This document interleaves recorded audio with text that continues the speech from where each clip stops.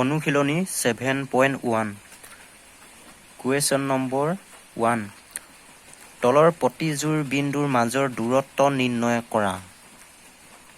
এতিয়া মই তোমালোকক সুন্দৰভাৱে বুজাই দিবৰ কাৰণে ৰেখা দুডাল অংকন কৰি ল'লোঁ। এইডাল হৈছে y অক্ষ নহয় জানো, এইডাল হৈছে x অক্ষ। তোমালোকে আগৰ শ্ৰেণীতে শিকি আহিছ। এই ছাইডটো ধনাত্মক নহয় জানো, মই এই ধৰণে ভাগ কৰি লৈছোঁ।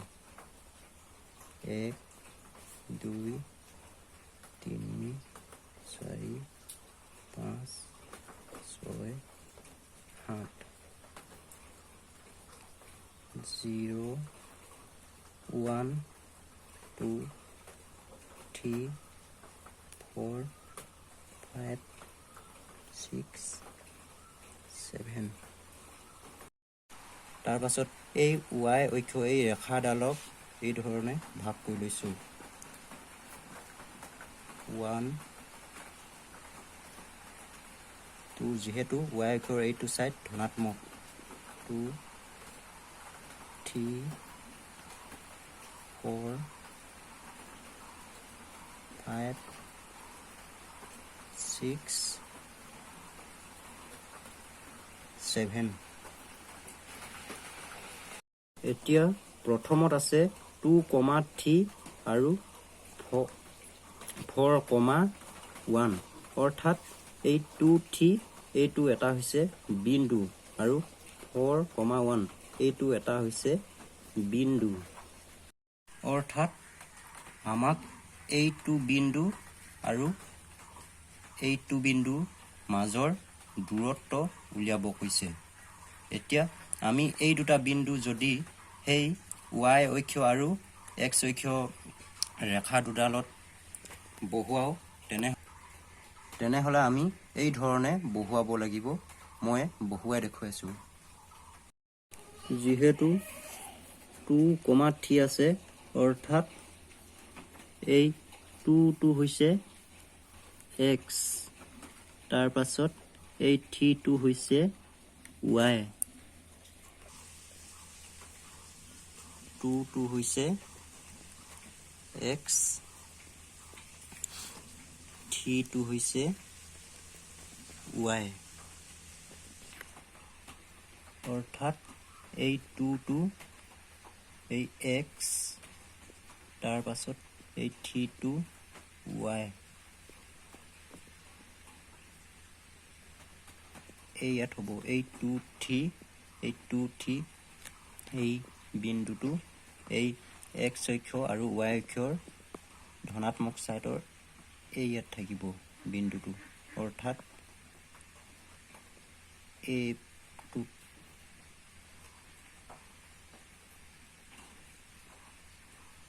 এই বিন্দুটো হৈছে 2,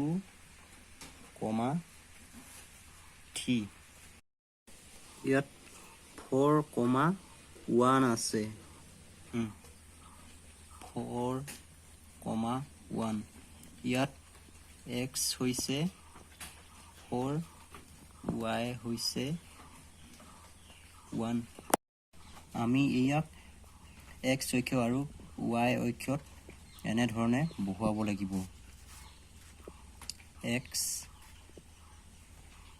4, y 1 অৰ্থাৎ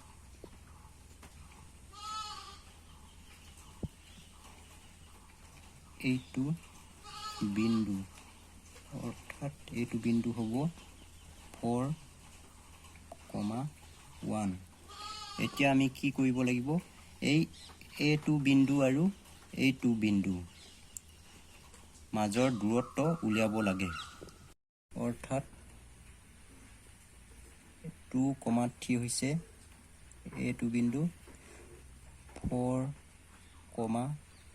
1 হৈছে এইটো বিন্দু। এতিয়া এইটো বিন্দুক 1 বুলি ধৰিছোঁ, এইটো বিন্দু 2। যিহেতু এই 2, 3 এই বিন্দুটো প্ৰথমত আছে সেইকাৰণে 1 বুলি ধৰিলোঁ আৰু 4,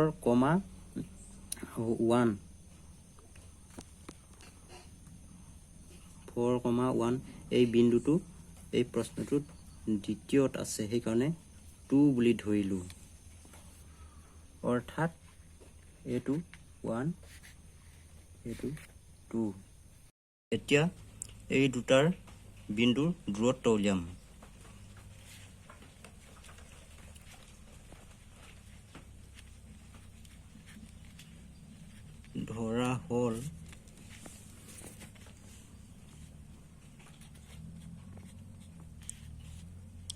ধৰা হ'ল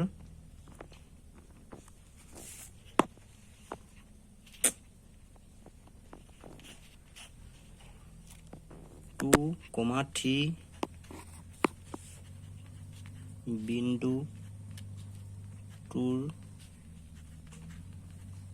নাম P আৰু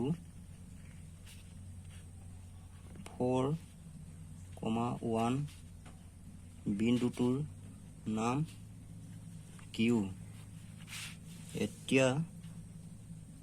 এতেকে P Q দূৰত্ব হ'ব এতিয়া দূৰত্ব সূত্ৰটো প্ৰয়োগ কৰিলেই হ'ল দূৰত্ব সূত্ৰটো হৈছে P Q equal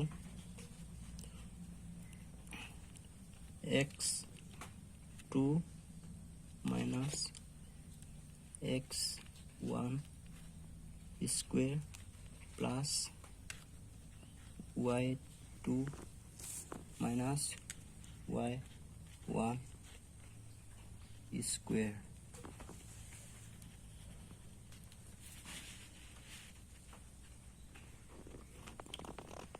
is equal এতিয়া X2 ইয়াত X2 হৈছে 4 মাইনাছ তাৰ পাছত X1 হৈছে 2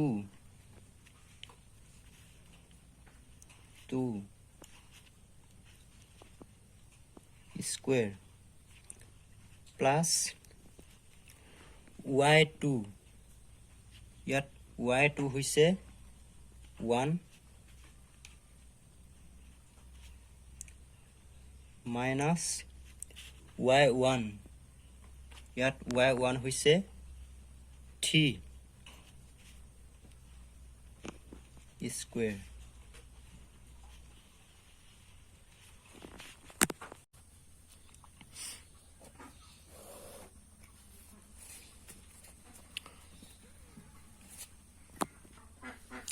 এতিয়া এই 4 পৰা 2 গলে থাকিলে 2 square plus minus চিনটো ডাঙৰ সেইকাৰণে -2 square এতিয়া 2 দুগুণ 4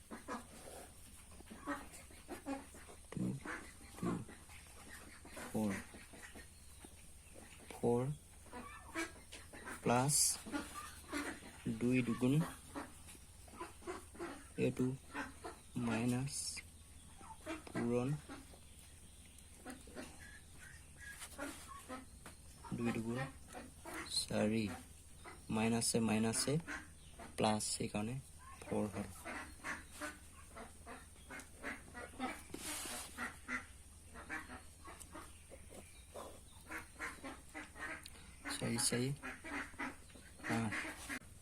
এতিয়া 8ৰ বৰ্গমূল ল'ব লাগিব এতিয়া বৰ্গমূল কেনেকৈ লয় তোমালোকেতো জানা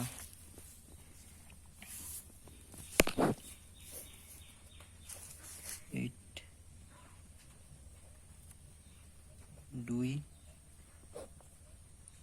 4 গুণ 8 2 2 4